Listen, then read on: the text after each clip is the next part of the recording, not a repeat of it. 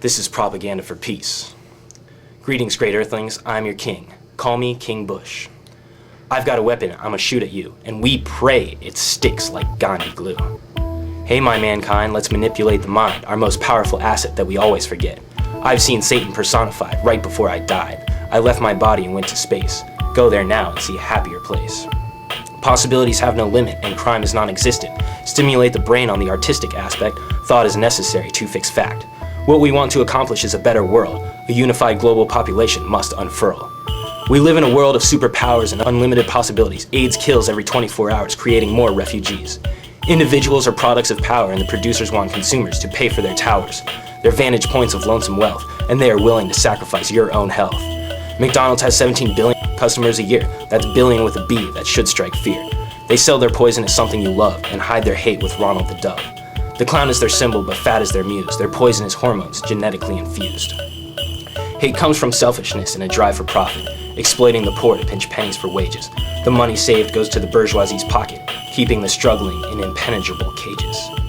We have enough resources for all to be happy, but the ones with the wealth continue to be greedy. The majority of the world's population is owned by the elitists of each nation. I hope you can see a discrepancy when the only true nation is humanity.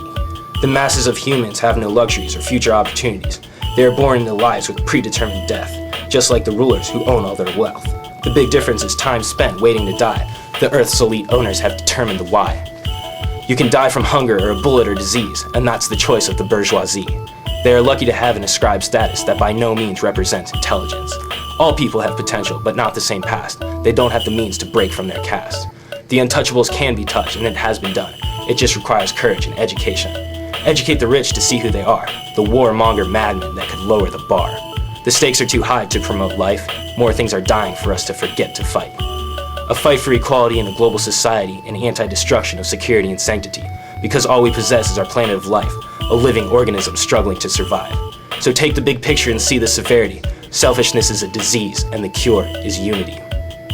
Now that I've hit you with the introduction, this is the part where we have some fun.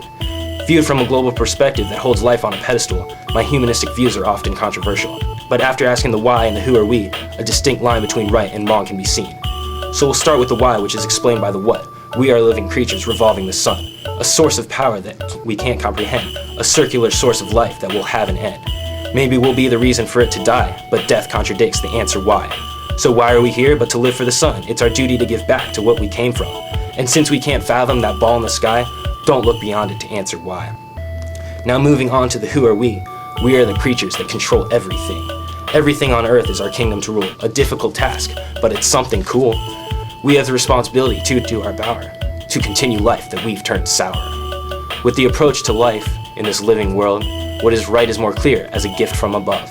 The eagerness to be healthy should come with empathy, so we can share what makes us happy. To live full lives and feel fulfilled, all other aspects of our world must build. A living organism has many parts. Each needs to thrive and they can't all be hearts. The organism of Earth has what it needs, but like I said, selfishness is a disease. With that being said, we must contribute, with an inevitability of an intelligent dispute.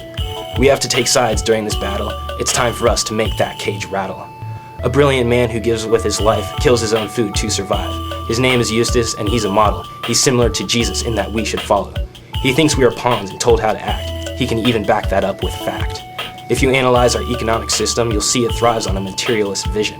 We are sold products we believe we need, the evil way our country continues to succeed.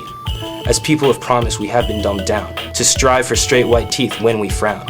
Our priorities are picked and we love them to death. We lust for an unachievable body until our last breath.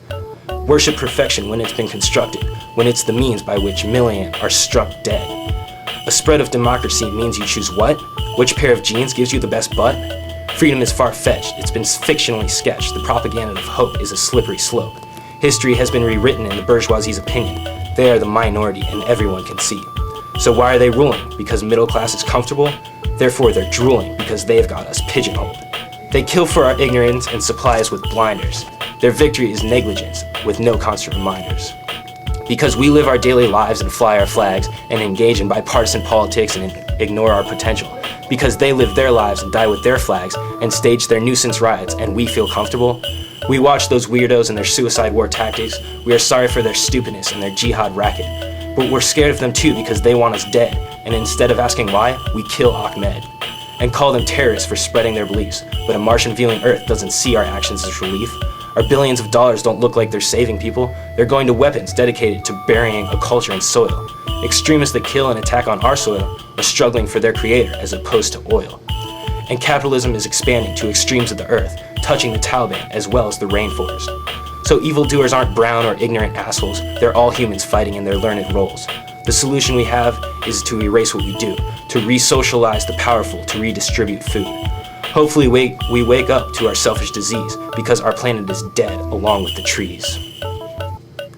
Education is key. Quit teaching me bullshit. We all know the Native Americans were mass executed, genocidally, quite frankly, by imperialists. The same sorry soldiers we sell for security, the sad son of someone gunned down yearly, fighting for country or basically bigotry, suppressing an ideology to spread democracy.